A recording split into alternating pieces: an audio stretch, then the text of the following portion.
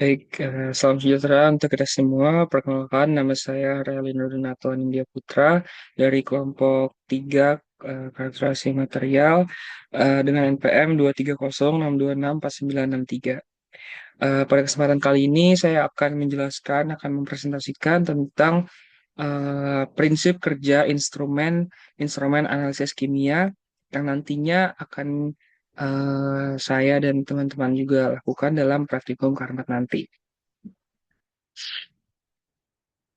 Baik, yang pertama adalah metode atomic absorption spectrometry atau yang biasa dikenal sebagai AS.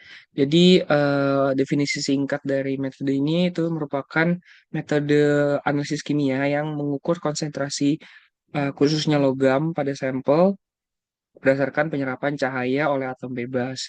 Kemudian ada sejarah singkatnya, yaitu AS ini ditemukan oleh seorang yang bernama Alan Walsh pada tahun 1950-an. Kemudian di tahun 1960-an terdapat HCl untuk meningkatkan sensitivitas. Kemudian 1970-an muncullah graphite furnace AS. Dan di tahun 1980-an muncul juga HGAS dan CVAS untuk analisis arsenik dan merkuri.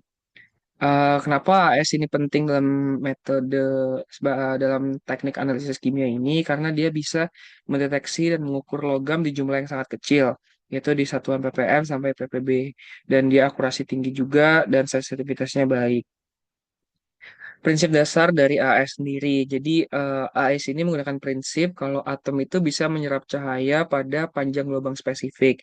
Dan ketika panjang gelombang spesifiknya ini ada, maka energi cahayanya akan diserap oleh atom. Dan di sini elektron bergerak ke tingkat energi yang lebih tinggi. Dan jumlah cahaya yang terserap ini menyesuaikan dengan Beer-Lambert Law. Nanti akan dibahas di poin selanjutnya. Ya, ini hukum Beer-Lambert yaitu dia berbunyi kalau jumlah cahaya yang diserap oleh suatu zat sebanding dengan konsentrasinya dalam medium tertentu. Dan hal ini juga terdapat persamaan hukum Beer-Lambert sendiri uh, seperti yang tertera di sini. Kemudian di dalam AHS juga ada proses utama. Ada dua. Yang pertama adalah atomisasi sampel dan absorpsi radiasi. Di mana di atomisasi sampel itu eh, prosesnya itu sampel di mana ini berbentuk larutan itu disemprot ke dalam flame, kemudian molekul yang di dalam sampel itu akan terurai menjadi atom bebas atau gas. Kemudian di proses absorpsi radiasi, atom bebas itu yang dimana sudah menjadi gas akan menyerap cahaya dari sumber HCl pada panjang gelombang spesifik. Dan sesuai dengan Beer-Lambert Law, jumlah cahaya yang diserap sebanding dengan konsentrasi unsur dalam sampel. Kemudian komponen dan instrumen AAS, di mana komponen dan instrumennya itu yang pertama ada sumber cahaya, kemudian ada sistem atomisasi, kemudian ada monokramator, kemudian ada detektor, dan ada sistem pengolahan data. Dan di sini juga ada tipe-tipe AAS. Yang pertama ada flame AAS, dia menggunakan api sebagai sumbernya. Dan ada graphite furnace, dia menggunakan graphite furnace pada graphite tube untuk atomisasi. Dan ada hydrate generation AAS, itu dia digunakan untuk mendeteksi elemen yang membentuk volatile hydrides. Prosedur step by step-nya, yang pertama ada sample preparation, kemudian ada instrument setup, kemudian baseline and background correction, dan nebulization and atomization, measurement, calibration and quantification, quality control, and data analysis and reporting. Kemudian common error yang biasa terjadi pada AS itu ada interferensi spektral, interferensi kimia, interferensi ionisasi. Jadi kesimpulannya adalah AS ini teknik analisis yang sangat sensitif dan selektif untuk menentukan kadar logam dalam berbagai sampel. Kelebihannya sensitivitas tinggi, spesifik untuk analisis logam, dan kekurangannya hanya bisa untuk logam dan semi logam. Kemudian kita masuk ke metode selanjutnya itu FTIR, yaitu Fourier Transfer Infrared Spectroscopy, di mana definisi singkatnya ini merupakan metode yang mengidentifikasi dan menganalisis senyawa berdasarkan serapan radiasi inframerah. Jadi FTIR ini bekerja dengan mengukur bagaimana molekul menyerap cahaya inframerah pada berbagai panjang gelombang. Dan di sini juga tertera sejarah singkatnya. Dan kenapa dia penting? Karena Dia bisa mengidentifikasi senyawa berdasarkan pola serapan inframerahnya. Kemudian di sini ada prinsip dasar AHS, di mana prinsip dasar AHS itu juga dibagi tiga, yaitu pertama ada absorpsi radiasi elektromagnetik magnetik oleh molekul, kemudian ada vibrasi molekul dan kaitannya dengan absorpsi infrared, dan ada perbedaan FTIR dengan teknik infrared konvensional. Dan di infrared ini juga berlaku hukum Hooke, di mana dia berbunyi frekuensi vibrasi ikatan dalam suatu molekul bergantung pada massa atom yang terikat dan kekuatan ikatan, di mana ini juga bisa dijelaskan melalui rumus yang tertera di gambar. Cara kerja FTIR sudah tertera di sini juga, di mana sama seperti metode sebelumnya, ada persiapan sampel, ada pemancaran sinar inframerah, ada interferometer, dan kemudian sampel akan menyerap cahaya, kemudian dideteksi.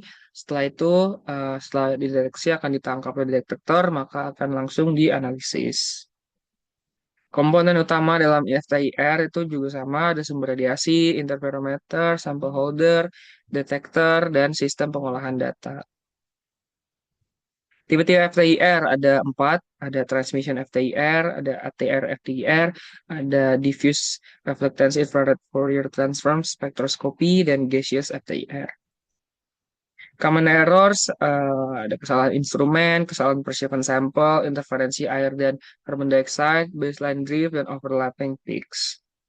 Jadi kesimpulannya adalah FTIR ini teknik spektroskopi yang cepat dan akurat dengan prinsip absorpsi dan vibrasi molekul. Kelebihannya dia cepat dan non-destruktif, dan kekurangannya tidak efektif untuk molekul tanpa perubahan dipol. Kemudian lanjut ke metode selanjutnya yaitu UVV spektrometri, di mana definisi singkatnya ini yang merupakan salah satu metode analisis kimia juga yang mengukur absorbensi cahaya di rentang UV 200 sampai 400 nanometer dan visible 400 sampai 800 nanometer oleh satu sampel. Sejarah singkatnya eh, seperti yang tertera. Kemudian kenapa dia penting? Karena dia bisa membantu mengenali senyawa berdasarkan spektrum absorbansinya. Dia juga cepat, akurat, dan non-destruktif. Prinsip dasar UV vis juga bisa dibagi empat, yaitu ada interaksi cahaya dengan materinya, kemudian ada spektrum elektromagnetiknya sendiri, kemudian ada transisi elektronik sendiri. Kemudian di sini juga berlaku hukum Beer-Lambert, sama seperti AHS. Cara kerja UV-Vis sama seperti yang sebelumnya, ada persiapan sampelnya, pemancaran cahaya, dan ada seleksi panjang gelombang, kemudian ada interaksi dengan sampel, deteksi, dan analisis data.